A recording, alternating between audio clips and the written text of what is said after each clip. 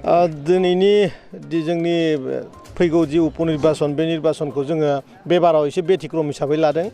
आरो बेखौ जों एबार जलेन दैमारिनि हाबा होननानै लादों आरोखि दा फैगौ समाव जलेन दैमारिया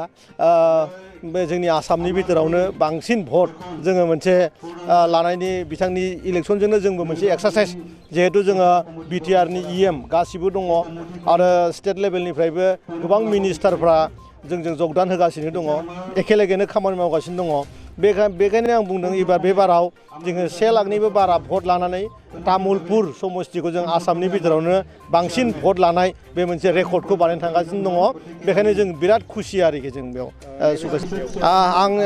आं बे खोथाखौ बिटिआरनि इएम हिसाबै बुङा आं इन्डिभिजुवेलि जुदि बुङोबा दिनैनि दिनाव आरो जिएसपि गैलिया गतिके बे जिएसपिखौ लानानै जों ओरैनोबाबो माने बार्डेन बायदि मोनसेसो फिलिं खालामनाय जादों गतिके जोङो ओरैनोबाबो जों गोजानो बिजेपि आरो इउपिपिएल आरो एजिपि मिलायनानै जों बिराद स्ट्रं दिनैनि दिनाव जोंनो जिएसपि गैयाबाबो जों कम्फर्ट लेभेलाव दङ आरोखि मा होननो बुंनो थाङाखै जिहेतु बिटिआराव दानिसिमबो जिएसपिआ जोंजों सासे इएम हिसाबै इएम सासे दङ गतिके दानि जि बिसोरनि डिसिसन 16 तारिखहालागै मोनसे अपसन दङ 16 तारिखआव जुदि बिथांमोना थिखोनानै लायोबा अब्ला खिथुनि जि माने जिएसपिजों थानाय जि रिलेसन बे रिलेसना कन्टिनिउ जागोन आदारवाइज जुदि माने बिथांमोना जुदि थिखोनानै लायाबा बेखौ जोंनि इउपिपिएल आरो बिजेपिनि जि दैदेनगिरिफोर दङ बेबा जोंनि सिएम बिथां दङ बे सिएम बिथाङा बेखौ माने डाइरेक्टलि डिसिसन लागोन आरोखि बेखौ लानो हायो बेबो गिदिर बाथ्रा नङा जिएसपि हिसाबै बेवहाय जेबो रायजो गैया दिनैनि दिनाव 1-2 हाजारबो बिसोरनि माने भटिं जानाय नङा खारन रायजोआ दिनै सोलायनायखौ लुगैदों प्रमद बर'नि दैदेननायाव मोनसे गोदान मोनसे समाज दानायनि थाखाय जि माने रायजोआ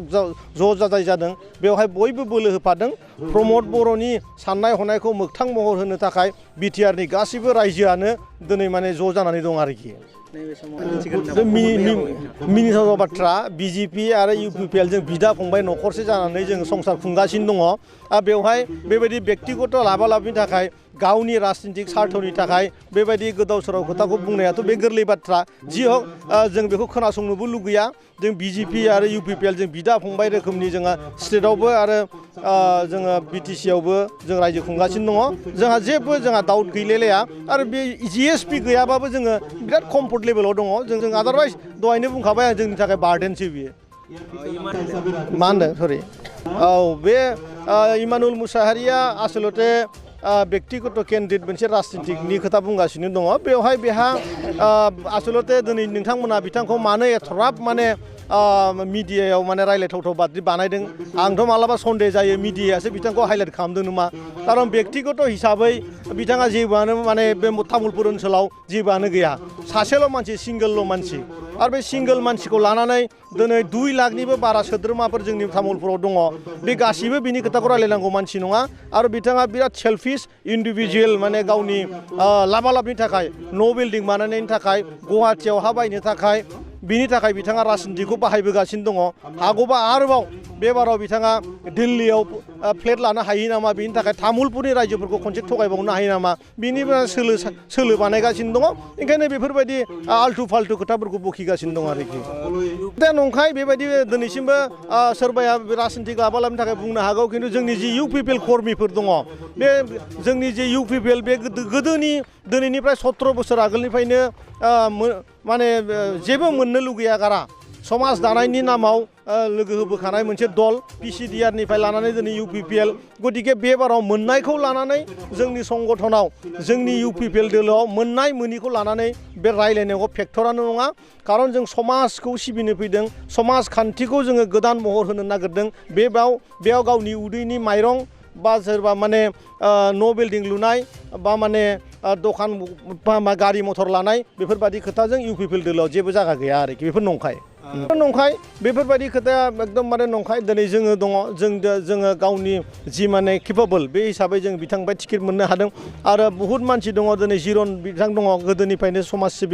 सिबियारि मानसि जिरन बिथाङा दिनै गसाइगावआव खोब नामदांखा मानसि गासैबो रायजोआनो बिथांखौ अनो गासैबो रायजोआ बिथांखौ सिनायो बिथाङा टिकेट मोननांगौ जग्य जों मिन्थिगौ बेनिखायनो बिथांनो होदों दिनै जलेन दैमारि बिथाङाबो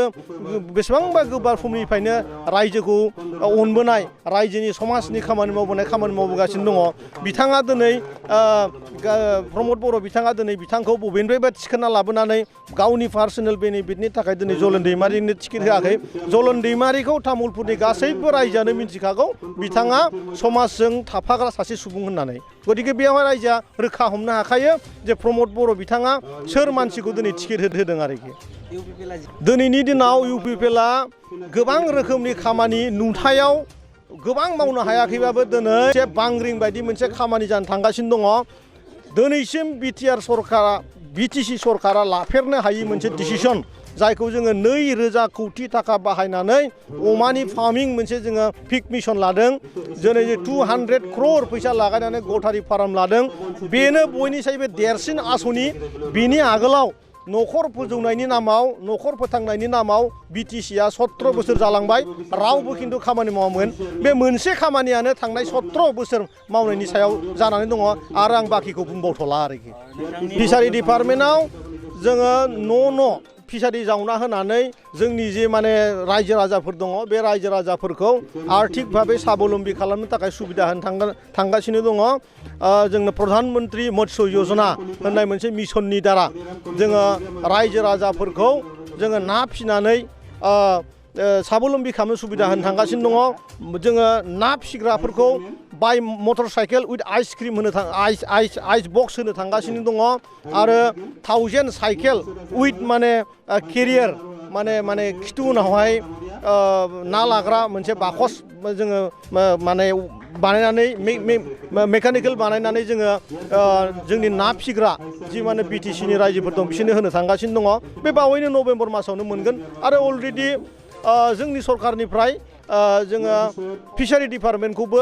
मोनसे समाव जे रोखोमनि गारसोना दोनदोंमोन बे बाराव बेखौबो जोङो मोनसे जेरै जोङो एनिमेल हासबेन्डारिखौ जे रोखोम डेभेलप खालामदों फिसारिखौबो खालामनो थांगासिनो दं आरोखि गिखादों बेयाव होनांगौ मा बाथ्रा दं बेहालाय दिनै बे गावनि आथिं मालायनि आथिं हमै दिनै बेयो